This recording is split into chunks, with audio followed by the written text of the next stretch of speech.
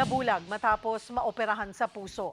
Yan ang dinaranas ngayon ng isang padre de pamilya sa Bulacan. Para bigyan ng mukhang balita, Mobile Journal, Yeda Pascual.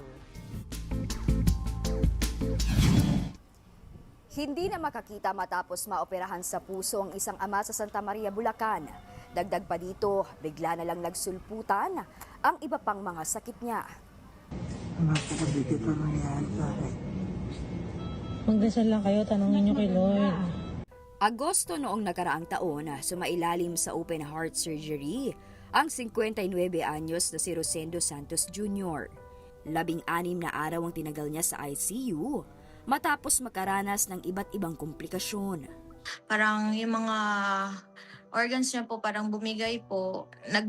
Nagkaroon din po ng time na nag-flatline na po siya noong August 5. So yun po yung mga hindi namin malilimutang araw. Then after mga ilang minutes lang po, tumawag sila na na-revive daw po nila si Daddy. Bali 19 po na epinephrine yata yung sinaksak sa kanya bago po siya na-revive.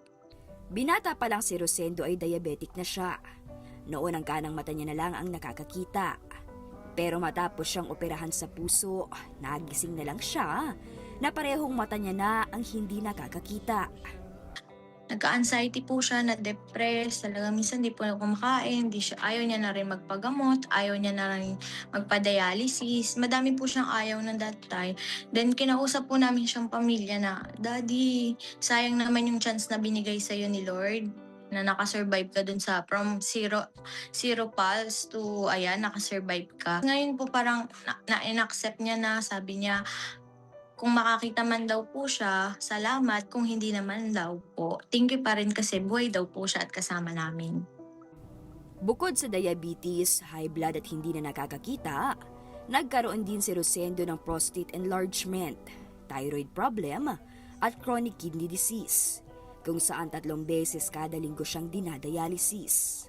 Parang gumuho yung mundo niya sa nangyari sa kanya, na na-bypass na nga ako, nabulag pa ako. Di pa ako makalakad. Malaki na rin po yung pinagbago ni Daddy from bedridden hanggang ngayon po na kaya niya na pong maglakad. Si Dayan dinadocument ang journey ng kanyang ama para patatagin ang loob nito at magbigay inspirasyon sa ibang tao na may kaparehong pinagdadaanan.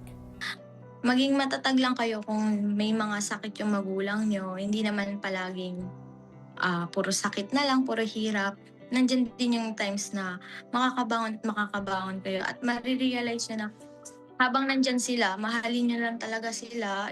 Ang pamilya sinabihan na 50-50 ang chance na muli pang makakita ang kanilang padre de pamilya. Kaya noong nakaraang linggo, tinanggal ang kanyang katarata at sa susunod na linggo ay muli siyang ooperahan. Nananawagan po kami ng tulong, lalo na dun po sa naiwan naming balance sa ospital na 1.3 million din po kasi yung halaga nun. Yun po talaga yung parang monthly namin na binabayaran ngayon sa ospital. Nananawagan po kami ng tulong dun dahil marami-rami na din po kaming gastos na binabayaran. Mga kapatid, ako po si Mobile Journal Yeda Pascual. Hatid ang muka ng balita.